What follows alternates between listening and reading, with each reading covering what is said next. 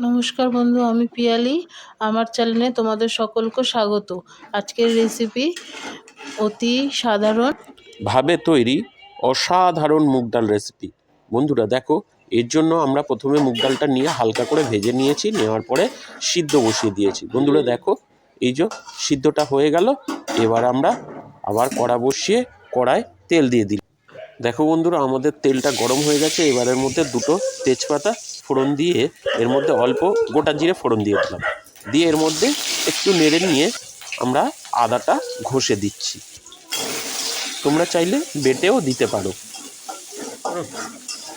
আদাটা দিয়ে একটু নেড়ে ছেড়ে আমরা লঙ্কা দিয়ে দিলাম। লঙ্কাটা আর এই আদাটা একটু ভাজা ভাজা হয়ে গেলে আমরা এর মধ্যে টমেটো দিয়ে দেব। টমেটোটা বেশ দিয়ে ভালো করে একটু নরম করে নেব, চেপে চেপে। তারপরে বেশি নরম হওয়ার জন্য আমরা এবার এর মধ্যে নুন দিয়ে নাড়তে থাকবো। বন্ধুরা, নুন দিলে কি হবে, টমেটোটা খুব তাড়াতাড়ি নরম হয়ে যাবে।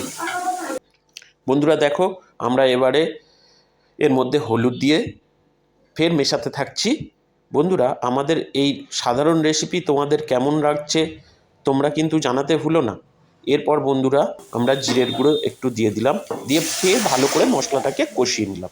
কষানো হয়ে গেলে বন্ধুরা আমরা আগে থেকে যে সিদ্ধ করে রেখেছিলাম মুগ ডালটা, সেটিও এর মধ্যে দিয়ে ভালো করে সাঁতাল দিতে থাকবো। বন্ধুরা, যখন ভালোভাবে ফুটে উঠবে তখন হালকা এর মধ্যে আমরা চিনি ও স্বাদ মতো নুন দিয়ে দেব। বন্ধুরা দেখো, ডালটা আমরা সাঁতাল দিয়ে নেওয়ার পরে এবারে সামান্য পরিমাণ ঘি দিয়ে দেবো। বন্ধুরা, ঘি দিলে না এই ডালের যে স্বাদ হবে না, তোমরা ভুলতে পারবে না। বন্ধুরা, একদম অসাধারণ স্বাদ হবে। এবার আমরা একটু সেন্টের জন্য উপর দিয়ে ধনেপাতা দিয়ে এলাম।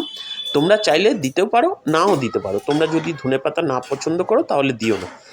আর আমরা তো দিলাম, কারণ আমাদের খুব ভালো লাগে এর ধনেপাতার গন্ধটা। বন্ধুরা দেখো, আজকে আমাদের ডাল রেডি হয়ে গেছে। তোমরাও বাড়িতে এই রেসিপি এইভাবে ট্রাই করে দেখবে, অসাধারণ লাগবে বন্ধুরা, অসাধারণ। দেখো বন্ধুরা, কালারটা দেখো, দুর্দান্ত হয়েছে বন্ধুরা।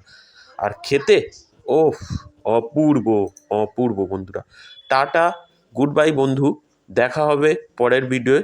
আর আমাদেরকে অবশ্যই অবশ্যই জানিও আমাদের এই রেসিপিগুলি তোমাদের কেমন লাগছে।